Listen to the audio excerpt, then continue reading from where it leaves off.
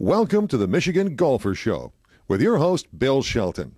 Join us each week as we explore the people, the places, and the events that shape our great game. I may not be the leading, but I'm the oldest.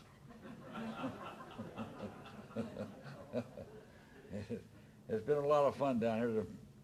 It's kind of, French Licks is my backyard from Indianapolis, but everybody wonders why you how I ever ended up here or got here, came in the back door, but I always got to think back when my dad was so interested in golf, and he built a little 9-hole golf course in my hometown of Urbana, Ohio in 1923. And my youngest son built the second 18 holes in 1993, 70 years later. So Urbana is a very conservative town. But as a kid, I worked on the golf course, and somebody asked me last night, when did you start playing golf? Well, how do you remember when you're 2? But I must have started by then. And my dad loved golf, and a little 9-hole golf course is fine. And I ended up working on it from the day I could walk practically. And right before World War II, everybody left and had to go to the defense plants, and I was 16 or 17, so now I'm the superintendent of the Urbana Country Club. I've really gone up in this world. So I was putting a little sulfate of ammonia on the greens, and you put it in a big old drum. You don't have all these big equipment that Mr. Ferguson has out on his new golf courses out here. You just have a big old barrel, and you put a little sulfate ammonia, and my younger brother would stir it around, and I'd take a sprinkling can and put it on the greens like that, and it really did a good job. It greened it up fine, so I thought, hell of it, that little bit of greening it up that much, a little bit more would do the next greens. So I had it on there, and I kind of watched them. They turned from green to dark green, and then turned blue, and then they turned black, and then they turned to straw. And my father came as close to killing me as anybody ever in life right there and then. But I ended up kind of in the parachute infantry towards the end of the war.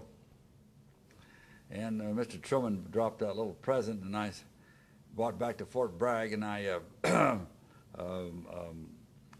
had 6 months to go before we could be discharged, and they quit jumping us out of airplanes, so they made me the greenskeeper at the Fort Bragg golf course. Well, I did a hell of a better job there because it was sand greens.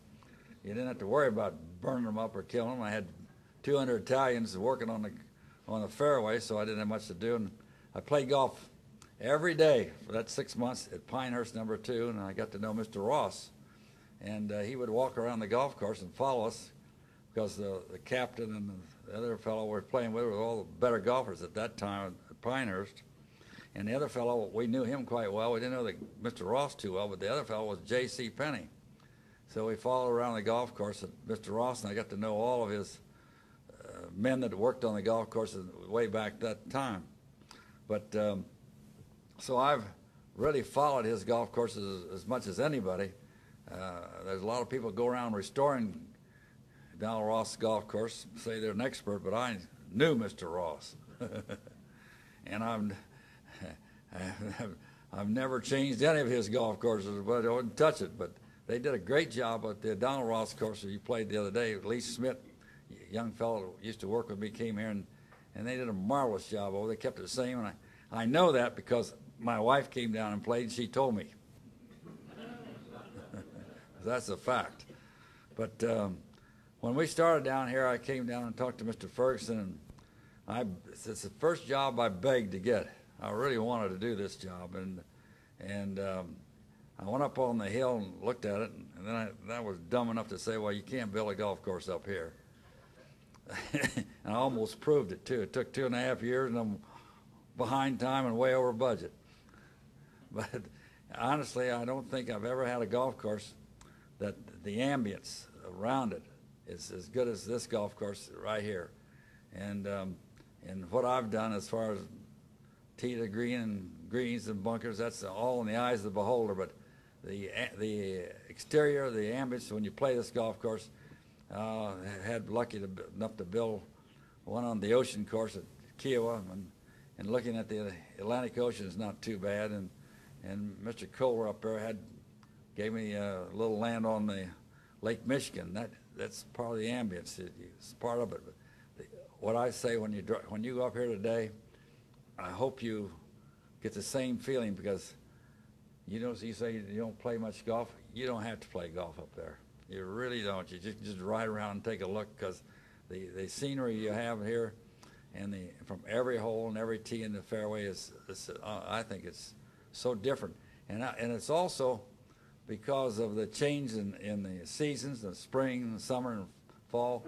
You get such a different look as from the whole thing before it's done. So it's been this job has been one of the highlights of my digging dirt here and there. I've been digging up a lot of other people's property, but this has been the most fun I've ever had.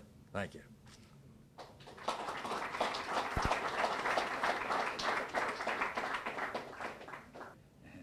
I know you guys pretty well. Any of you after 9 holes go for that second 9, I'm going to check on you, I guarantee you. And for God's sakes, don't go to any back tees. You know, oh, for God's sake, don't even think about it. Don't even look backwards, I tell you.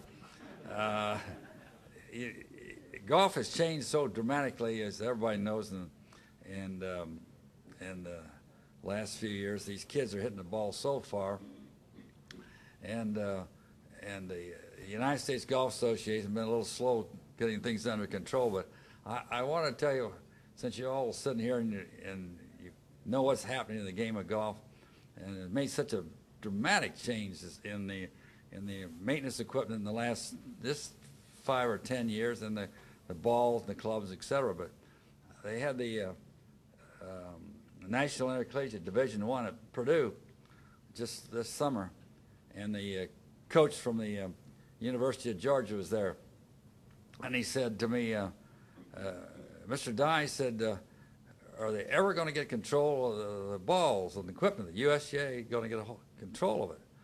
And look at these kids, they're hitting it so far. And I said, well, I really don't know, because I don't have anything to do with the USGA. I'm not running it. I don't know what their plans are. He said, why? He said, they've never had control. I said, wait a minute, do you know who you're talking to? He said, well, they've never had control. I said, wait a minute, do you know who you're talking to? He looked at me, and he's a great big guy, and he looked down at me and said, what do you mean? I said, I qualified for the National Amateur in 1948 at the Memphis Country Club, and Al Besselink beat me, and Willie Tonisa won the tournament. He said, what the heck's that got to do with the USGA control? I said, I haven't finished my story. Wait a minute. He said, what do you mean? Well, when you came in, they greeted you, and they had you sign in and everything, and there was a man standing there with a blue blazer on, a tie, standing very direct, big man. He pronounced his name just like mine, but it's spelled D-E-Y, Joe Dye. And he welcomed you to the tournament and said, glad to have you there and everything. He'd pull your irons out of the bag and kind of look at it, and he'd take his fingers and run them over the grooves of your irons, and then he just tossed them over there, and then the man's right over there with a grinding machine and ground them down right in front of you. They did have control at that time. And you know, I lie, fib, and exaggerate, but my wife qualified for the U.S. Women's Amateur at Pebble Beach in 1948, and they ground hers down too. You can ask her.